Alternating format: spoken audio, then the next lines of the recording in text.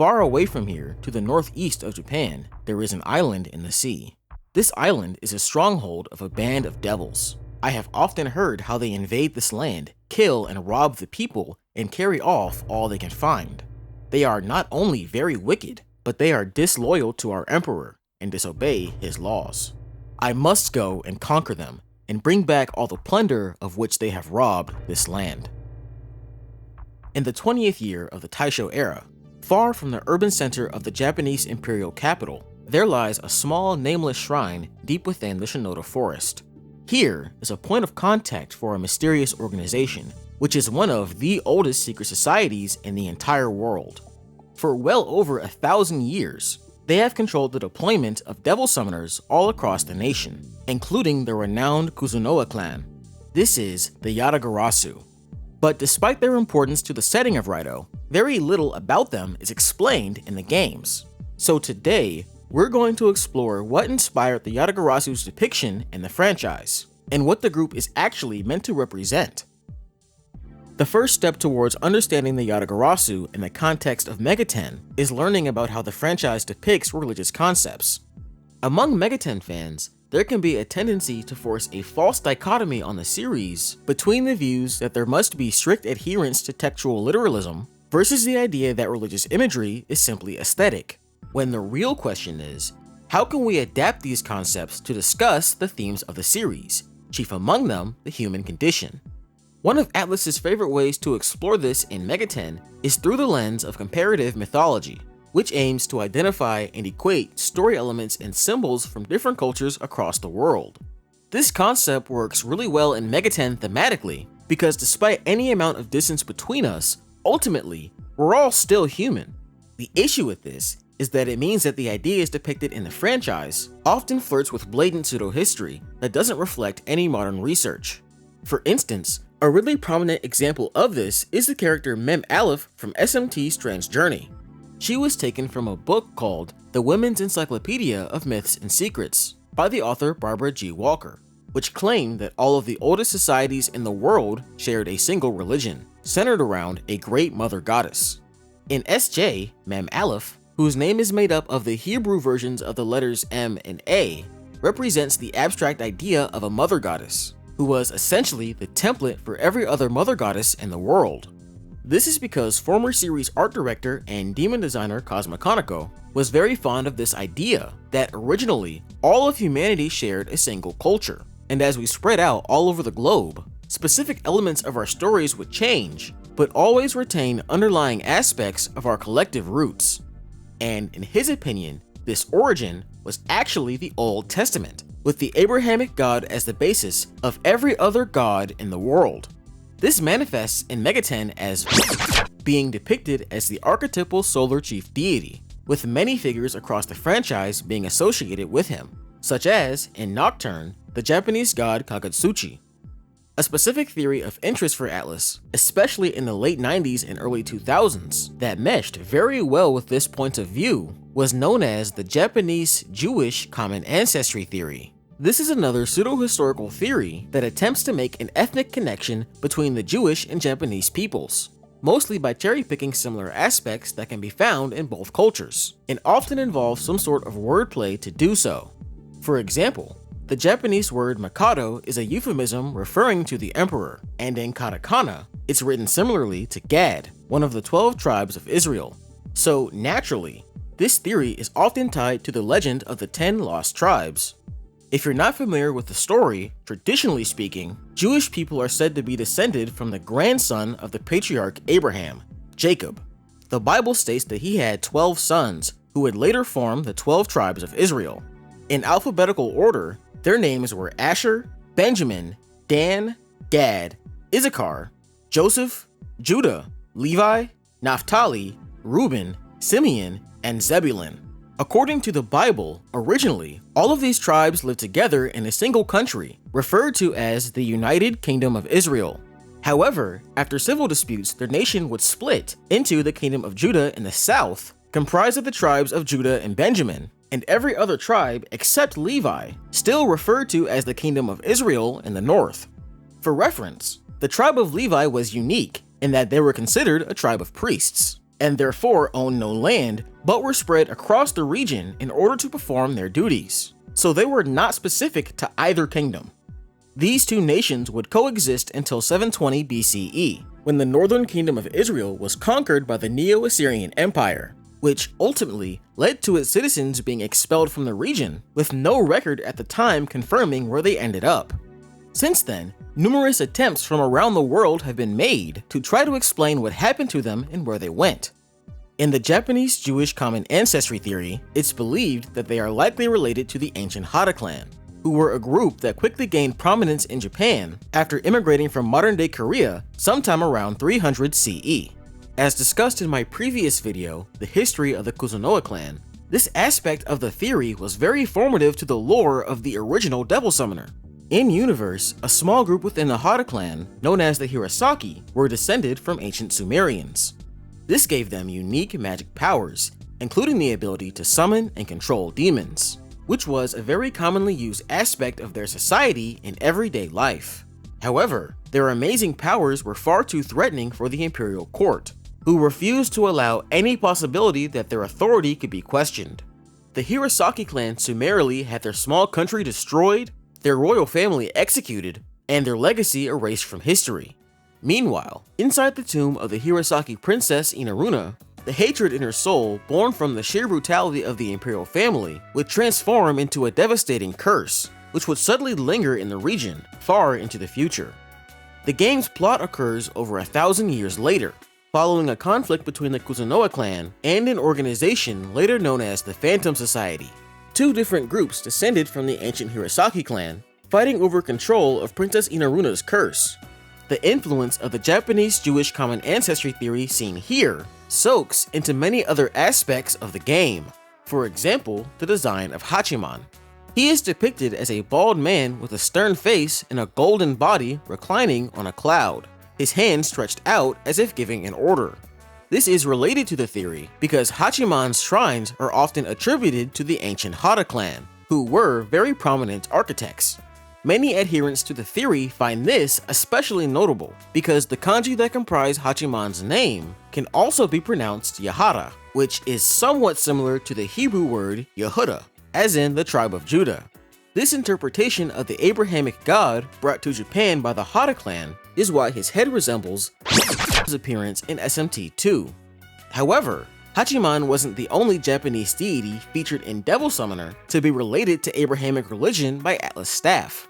Later, in Digital Devil Apocalypse, Cosma Kaneko would state that he viewed the god Yatagarasu as a messenger of. In the religion of Shinto, Yatagarasu takes the form of a three-legged crow, and is highly regarded as a god of guidance and personification of the sun. Its most prominent appearance is found in the Nihon Shoki, an ancient record of Japanese history, where he is sent by the sun goddess Amaterasu to aid the legendary first emperor of Japan, Jimmu. According to the story, at the time, the region had no central government, and because each town had its own ruler, wars were incredibly common. Jimmu saw this, and as a descendant of Amaterasu, declared that he had a divine mission to pacify the lands and rule them as one. To this end, he began traveling east, to move his regency to the center of the universe, in the land of Yamato. But a local ruler named Nagasune Hiko viewed Jimmu's goals as little more than robbery, and raised a large army to stop his advance. In battle, Jimmu's forces were handily defeated, and Jimmu had the sudden realization that they would only be able to win if they fought Nagasune Hiko with the sun at their backs, to honor his divine ancestors. In lieu of this, Jimmu quickly regrouped, so his army could attack the enemy from another angle. During their retreat, Amaterasu would send to him Yatagarasu to safely guide him around Yamato, where Jimmu would defeat Nagasune Hiko in their rematch and finally claim his throne. Yatagarasu's depiction as a servant of the Abrahamic god in Megami Tensei is a clear allusion to angels, fellow winged beings whose primary roles are delivering divine messages to humans. Through the lens of comparative mythology, God can also be identified with Amaterasu through their positions as solar chief deities, and further Yatagarasu, who, as a messenger, functions as an extension of their wills. While Yatagarasu had already been associated with Abrahamic religion in Megaten by the late 90s, the specific influence behind its depiction in Raidou wouldn't exist until 2001. 3 years prior, the author Akio Asuka, most well known as a writer for the occult magazine Mu, had published a manga that revealed the supposed true origins of the Shinto religion. After its release, he claimed that he was contacted by a secret society, which held the highest authority in the Japanese government. Using his quick wits, he was able to leverage a meeting with them that he would use as the basis for a new book, describing the true history of the rulers of Japan that was previously hidden from public consumption. This book was titled The Mystery of the Yatagarasu, the 12 Lost Apostles of Jesus. As implied from the title, this conspiracy theory is deeply intertwined with the Japanese Jewish common ancestry theory. However, in Asuka's version, the Hara clan were not from the legendary lost tribes of Israel. According to him, the Hara clan were former members of the tribes of Judah and Benjamin, who migrated from the region sometime around the 1st century CE. He claimed that despite being ethnically Jewish, they were religiously Christian and had direct lineage from the original followers of Jesus, as evidenced by their ancient magical techniques in Jewish mysticism, also known as Kabbalah. After drifting through Asia, they eventually arrived in Korea, where they coincidentally discovered that there were members of the lost tribes already living in the area. These tribes included the Gad, who, as implied earlier, would go on to become the Japanese Imperial family, and the Levi, who would become known as the Kamo clan, another real-life clan who gained prominence in ancient Japan as shrine managers. After bonding over their shared culture, the Hara would convert the other tribes to Christianity, and they would all reunite to form a single community. Together, they would migrate to Japan in 300 CE, where their belief system would be adapted to their new environment, most notably with Jesus Christ becoming known as Amaterasu. This new Jewish-Japanese coalition would be led by a half-Gad, half-Hara Emperor Jimmu, before he ascended the throne. From this point, the Yatagarasu conspiracy theory follows the Nihon Shoki narrative as literal truth. However, a notable difference is that in the Yatagarasu's version, it's said that during the war against Nagasune Hiko, Jesus came down from heaven and personally crowned Jimmu Emperor of Japan. This is likely in reference to their final battle, when as the Imperial army began to falter, a golden bird appeared in the sky, which stunned Nagasune Hiko's army and greatly bolstered the Imperial army's morale. This is also implicitly meant to be evocative of the biblical story of Jesus himself being baptized, when the Holy Spirit descended upon him in the form of a dove to confirm his divine role. This shared bird symbolism is no coincidence. In this conspiracy theory, all of these birds are equated as the same being, and are incarnations of a god known as Kamotake Sanumi no Mikoto, who is considered the founder of the Kamo clan. According to Asuka, he was the acting leader of the Hara clan under Emperor Jimmu, and assisted the imperial campaign across ancient Japan using Kabbalah techniques as the deity Yatagarasu. Ever since, the members of their clan have passed down this name as a title to all of their agents. Today, the Yatagarasu organization is said to function similarly to a national intelligence agency, like the FBI, and uses shrines across the nation as a network of information. Their agents are trained in Kabbalah from birth, have no name, and are not recorded in any registry, which, under normal circumstances, is a level of discretion only held by the imperial family. This shows how individual members of the Yatagarasu are not only easily replaceable, but are also not subject to any laws, and their authority is comparable to the emperor's. Because of this, Yatagarasu is nicknamed the Shadow Emperor. This title reflects the organization's chief responsibilities: to handle any ceremonial duties that the emperor himself is unable to perform, to protect the imperial family from harm, and preserve the secret Abrahamic origins of Shinto. Since, in this conspiracy, it's believed that the Japanese people who created Shinto were descended from Jews and Christians, it's implied that their monotheistic views were carried into and are inherent to the Shinto belief system. For example, the aforementioned identification of Amaterasu with Jesus Christ. However, the most important proposed influence for our purposes is Kabbalah. As mentioned earlier, it was believed to be a very prominent form of magic regularly used by the Yatagarasu in their daily operations. According to Asuka, Kabbalah was also the basis for numerous forms of Japanese magic and mystical practices, including Amyodo, Shugendo, and he even claimed it inspired the legendary stories of supernatural ninja techniques.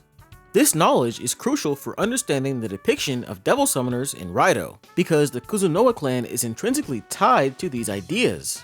As mentioned earlier, since the inception of the Devil Summoner series, the clan's history had already been influenced by the Japanese Jewish common ancestry theory, and the Yatagarasu conspiracy theory adds even more layers. The Kuzunoha clan was named after a popular fox spirit who, according to legend, was the mother of the most famous practitioner of Amyodo in history, Abe no Seme. This man was the chief inspiration behind the Kuzunoha clan, who were created as a modernization of his role as a state-sanctioned magician. This is important because Akio Asuka often listed Seimei as a notable member of the Yatagarasu, and attributed certain myths about him, like the ability to speak to birds, as a subtle reference to him contacting their network of shrines. This association is also present in the Raidou games. According to staff, the giant tree visible in the background of the Kuzunoha village represents a 3D visualization of the Kabbalah's Tree of Life, and was explicitly intended to imply a connection with the clan, possibly explaining why, in-universe, the Kuzunoha clan have such a close relationship with the Yatagarasu. Now, when looking at the Yatagarasu's own depiction in-universe, it's very clear that they're likewise strongly influenced by Akio Asuka's work. In Raidou, the Yatagarasu essentially function as a supernatural government agency, with the objective of protecting Japan's national security and social stability by any means necessary. Their main responsibility is directing the nation's spiritual defenses. To accomplish this, they help bridge the gap between the physical and spiritual worlds by managing local devil summoners through the nameless shrines they run across the country. While not discussed in the game itself, the most prominent example of this is how, in the Raidou fanbook, the Yatagarasu are said to have prevented the Great Kanto earthquake in 1923. In real life, this was a devastating event that killed over 140,000 people, and is implied to be why Raidou's version of Tokyo is less developed than it actually was at the time, because the populace was never forced to entirely rebuild their city. The Yatagarasu's actions here ultimately caused a butterfly effect, leading to the timeline divergence in the Raidou games, where the Taisho period lasted at least 5 more years than it did in real life. This is loosely implied to have been accomplished by using the Sword of Kashima, which the Herald of Yatagarasu gives Raidou in episode 9 to awaken the Guardian of the Earth Prism. This item is a reference to the real-life Kashima Shrine, which is dedicated to Take Mikazuchi, a Shinto god known for his ability to suppress earthquakes. This is especially interesting because Take Mikazuchi is a member of the Amatsukami, a league of heavenly gods led by Amaterasu. One of the most prominent legends about this group is the subjugation of the central land of Reed Plains, which is an ancient name for Japan. According to the Nihon Shoki, the god Takami Musubi wanted to crown his grandson Ninigi as king of Japan. However, the land was filled with other deities known as the Kanetsukami already living in the area, who obviously wouldn't have been big fans of that idea. To Takami Musubi, this was unacceptable, and all of these unruly deities had to be expelled. So he sent the gods Fusunushi and Take Mikazuchi to quote-unquote pacify the lands with their swords drawn. The leader of the Kanetsu, Okuninushi, acquiesced to their demands, realizing that if he surrendered, most of the other earthly deities would accept the Amatsu's terms quietly. After he disappeared, Amaterasu officially declared Ninigi as ruler of the region, and summarily executed any lingering rebellious deities. Akio Asuka claimed that this story was actually a metaphor for Jimmu conquering Yamato and establishing the Empire of Japan, because traditionally, Ninigi is regarded as the great-grandfather of Jimmu, and Jimmu claimed Japan as his birthright through Ninigi's authority granted by Amaterasu. This is doubly important because in the Nihon Shoki, Take Mikazuchi is also mentioned as a prominent god who helped Jimmu conquer Yamato. So Atlas uses this connection to establish the Yatagarasu as an extension of the Abrahamic Amatsu gods. This explains why, in Raidou, the Kanetsukami are so furious, not just at the Yatagarasu and their direct associates, but the totality of modern Japan. They represent the pure, seething rage of the ancient indigenous Japanese people who were oppressed by the imperial court, and they view the current populace as having violently replaced them. This is why figures like Nagasune Hiko and Abi Hiko are summoned by Sukuna Hikona during his boss fight. They represent legendary warriors who opposed Jimmu during his conquest. Further, during his dialogue, Munakata specifically mentioned that those who did so were regarded as Oni and Tsuchigumo. In Megaten, these figures are often depicted as actual demons, but here, it's a subtle reference to the historical usage of these terms as pejoratives against people who weren't considered normal or defied the state. This echoes how in Shin Megami Tensei, Abrahamic deities are regularly depicted as literally demonizing any rival gods, so they can cement themselves as the objective authority. I think it's no coincidence that the person Sukuna Hakona possessed was a major general. In early modern Japanese history, ever since the Meiji Restoration, the Japanese government had been attempting to answer the question, how do we adjust to the current state of the world? The country felt powerless in the face of industrial giants like the US and Great Britain, which could easily force them into unfavorable situations that they would have no choice but to accept for their own national security. This sentiment only grew after 1929, when the Great Depression sent the entire world tumbling into a major economic downturn, which led to a global surge of ultranationalist movements. Specifically in Japan, they believed that the solution was to form a pan-Asian bloc that would stand together and collectively defend themselves against Western nations. However, their means to do so was the exact same as the nations they viewed as their oppressors: conquer your neighbors, exploit their resources, and claim to represent them on their behalf. In fact, in 1931, the exact year Raidou took place, Japanese soldiers enacted a false flag terrorist attack in the city of Mukden, now known as Shenyang, which the Japanese army blamed on Chinese nationalists. This eventually became the pretext for a full-scale invasion, and later annexation of Manchuria. By the time of World War II, this sentiment was embodied by the saying Hakko Ichiu, meaning unify the whole world under one roof, a quote originally attributed to Emperor Jimmu himself when he began his conquest of Japan. The history of Japanese imperialism is a blatant influence on Munakata's goals in Raidou. His super soldier project was designed to heavily militarize the nation, so they could expand their authority and counter opposing global powers. But this came at the cost of transforming Japan's own citizens into walking corpses that could be manipulated as part of his all-powerful army. This reflects the self-destructive nature of fascism. It literally devours the soul of a people in service of the state. Because of this, we can also read Sukuna Hakona's possession of Munakata as another aspect of his revenge, secretly manipulating his beliefs to ultimately harm the people that he thought he was protecting. In Megaten, demons are produced by the thoughts of humankind, and they often appear as a direct response to our behavior. This is best explained by Raidou's scenario supervisor Shogo Isegai, who would later write, "There was a time when I thought of demons as a liability in human intellectual activities. When humans do something wrong, they accumulate regret and repentance. This accumulation must eventually be paid off, as in, it is a system that brings temperance to human beings, which we tend to forget in our modern world where everything is forgiven." In this sense, the Kanitsu Kami are a physical manifestation of karma from a history of oppression caused by Japanese imperialism. So really, the inclusion of the Yatagarasu conspiracy theory is a natural evolution of the ideas already established in the franchise, and allows them to be further developed in a new context. By using the Japanese Jewish common ancestry theory to associate Amaterasu with it creates a fresh look at the history of the Japanese Empire as the rising sun. The Yatagarasu working alongside the Kuzunoha to preserve society doesn't make them the quote-unquote good guys, because history is written by the victor, because untold harm had to be done and still is being done to create our modern status quo.